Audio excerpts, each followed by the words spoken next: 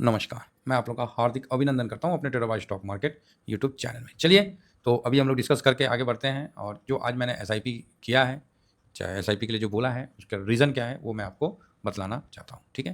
तो उससे पहले ये टीवीएसएम स्विंग है और ये शॉर्ट स्विंग है और ये फ्री चैनल है। इसको तो ज्वाइन करके ही रखिए साहब, बाकी आपकी मर्ज़ी है। तो अभी हम चलते हैं सीधा 500 का फैक्ट शीट आ चुका है। तो 500 का फैक्ट शीट एनालिसिस होगा, बराबर होगा, पूरा होगा। उससे पहले पिछले बार भी तो आया था, ऐसा थोड़ी है कि इसी बार आया है, पिछले बार भी तो आया था सर। तो पिछले बार का क्या स्थिति है वो भी देख लेते हैं। तो जो पिछले बार आया था पहले हम उसको देख लेते हैं, फिर इस बार का हम आगे चर्चा करेंगे। तो पिछले बार ये था कि अप्रैल 2025, देखिए ये फैक्ट शीट आपको 15-16 तारीख तक काम करता है, उसके बाद थोड़ा सा दूसरे टाइप का काम चलता है, ठीक है। तो फिलहाल यहाँ पर आप देख सकते हैं अप्रैल से मई में जो हम गए थे, फाइनेंस कम, मतलब थोड़ा माइनस है, ऐसा नहीं बहुत माइनस है। जो 37.74 था, तो वहाँ से 0.14 माइनस है, लेकिन 500 के लिए 0.14 माइनस बड़ा माइनस होता है, ठीक है। तो वहाँ माइनस था, तो उस बेस पे अगर देखा जाए तो आपको बैंक 20, है ना, फाइनेंस का जो है बैंक 20 एक महीना में 2% का ही रिटर्न आपको देता हुआ दिख रहा है, ठीक है। तो क्योंकि इसमें 0.14 माइनस हुआ, और सबसे अच्छी बात है कि उसके बाद आरबीआई का रेट कट वगैरह भी आया है, ठीक है। तो ये ज़्यादा बेनिफिट है। तो यहाँ पर ही मतलब ठीक ठाक परफॉर्म करके दिया। ये पिछले साल का है, पिछले महीना का बता रहा हूँ, अप्रैल टू मई, जो जून में चला। अभी निकलेगा मई टू जून, है ना, जो जुलाई में अभी स्टार्ट हो गया। नेक्स्ट आईटी में हमने प्लस किया था, पिछले बार था कितना आईटी में, 11.11, 11.26, 0.16% बढ़ा था ये 500 का। तो आईटी में जब इतना बढ़ा था तो एक महीना में क्या हुआ ये देखिए, एक महीना में 4.86, और मैंने बोला ना 15-16 तारीख तक काम हो जाता है। तो ये 2 तारीख 3 तारीख और यहाँ से देखिए 6%, 6.5%, मतलब 6.82% का आपको एक बार तेज़ी दिया। उसके बाद फिर वहीं पर ही गोल गोल घूम रहा है, ठीक है। तो ये अभी आईटी का बढ़िया रहा, आईटी होल्ड में जाना में समझदारी है, बढ़िया है, क्योंकि निफ्टी 500 में आईटी का पोजीशन को कैरी फॉरवर्ड किया गया, बल्कि 1.16% बढ़ाया है। ये 500 में 50 में जाएगा तो 1% के आसपास का हरकत होगा, इसमें पॉइंट में ही हरकत होता है, यहाँ 1% का हरकत बहुत कम होता है, ठीक है। तो ये आपने आईटी में देखा कि आईटी में आपको अच्छा प्लस दिखा। दूसरा ऑटो 7.75 कर दिया गया, और 7 से मतलब 0.15% बढ़ाया गया था। आईटी में 1.16 था और ऑटो में 0.15 था। तो इस बेस पे अगर देखा जाए तो आपको ऑटो में कितना तेजी हुआ वो भी एक बार चेक कर लेते हैं। तो एक महीना में देखिएगा तो 2.5% के आसपास है, और मतलब जो ऑटो है उतना ज़्यादा परफॉर्म नहीं करके दिखाया, मतलब 2-2.5% का ही आपको मोटा मोटी दिया। तो ऑटो में कोई खास प्रदर्शन नहीं हुआ। इसका कारण निकल के आया क्या, जो कि मारुति का स्टेटमेंट आ गया था कि हम लोग का मतलब प्रोडक्शन रोक रहे जापान वाले, और जो भी है, क्योंकि वो क्या था जी, अर्थ एलिमेंट्स का भी चक्कर था, तो जिस कारण से आपको इसमें मतलब अड़चने आते हुए देखा गया चीन के साइड से, जिस कारण से इसमें प्रॉब्लम हुआ, ठीक है। अब आइए कंस्ट्रक्शन भी पॉजिटिव था, हालांकि बहुत ज़्यादा नहीं, 3.56 से अच्छा 85 हुआ था। तो मोटा मोटी 6677, है ना, 87, मतलब 0.29, हाँ मोटा मोटी पकड़ लीजिए 0.29% का बढ़ोतरी कंस्ट्रक्शन में किया गया था। तो ये एक बड़ा बढ़ोतरी था, ठीक है, एक बड़ा बढ़ोतरी था। तो इसका बेनिफिट आपको कंस्ट्रक्शन में देखने को मिला। किस पे मिला, तो इंफ्रा पे आप जाइए और इंफ्रा पे देखिए, तो इंफ्रा 5% का अभी का गिरावट के अनुसार, अदरवाइज 3 तारीख से ही देखते हैं तो इसमें भी 6% का तेजी आपको देखने को मिल गया ड्यूरिंग दिस मंथ, ठीक है। तो यहाँ आपने पिछला डाटा देख के समझे कि क्या हुआ। मेटल में देखिए कि 3.44 है और वहाँ 3.31 है, तो 0.13% बढ़ाया इसमें मेटल में। तो एक बार मेटल को भी आप चेक करिए कि मेटल ने क्या रिटर्न दिया ड्यूरिंग दिस मंथ। तो मतलब उसमें तो भाई साहब मेटल ने तो कमाल कर दिया भाई, देखो जी, ये भी 6.70% के आसपास। मतलब आपने देखा कि 500 में जिसमें पोजीशन बढ़ा है वो 6% मोटा मोटी रिटर्न बना के दिया है ना। तो ये होता है फैक्ट शीट का एनालिसिस और फैक्ट शीट के मतलब माध्यम से समझने में। बाकी कैपिटल गुड्स है, तो कैपिटल गुड्स का तो पर्टिकुलर कोई ईटीएफ है नहीं, तो इसको आप डिफेंस से भी कवर कर सकते हैं और कई जगह से कवर कर सकते हैं। सर्विसेज का भी कोई पर्टिकुलर ईटीएफ तो नहीं है। तो यहाँ जो मैं पिछले बार जो बनाया था, क्योंकि किसी सर ने बोला था कि सर पिछला जो फैक्ट शीट है उससे थोड़ा सा एक बार बताइएगा ना, तब इस बार का फैक्ट शीट का ज़्यादा महत्व पता चलेगा। तो मैं बोला बता देंगे, इसमें क्या दिक्कत है, कोई प्रॉब्लम थोड़ी है। चलो जी, अब इस मंथ में क्या हो सकता है उस पर डिस्कस करते हैं।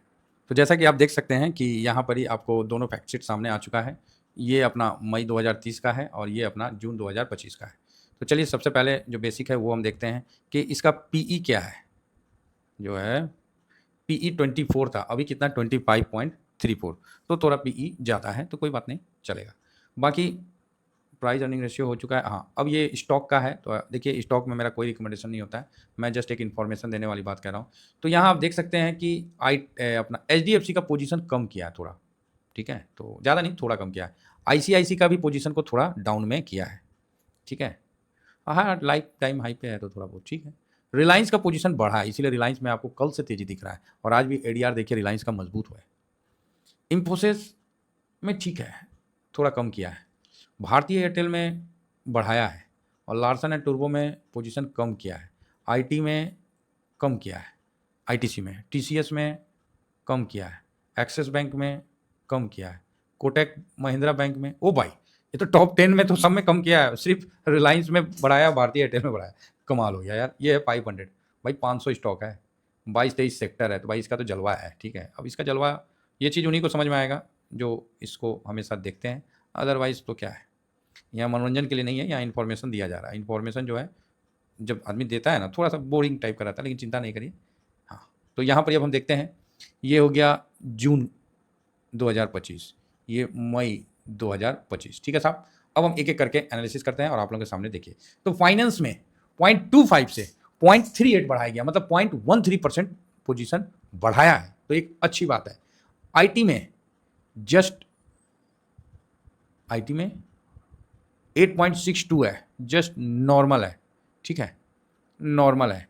ऑयल एंड गैस में 7.84 से बढ़ा के 7.88 किया गया, 0.04 बढ़ाया गया, ठीक है, कोई ज़्यादा नहीं बढ़ाया है।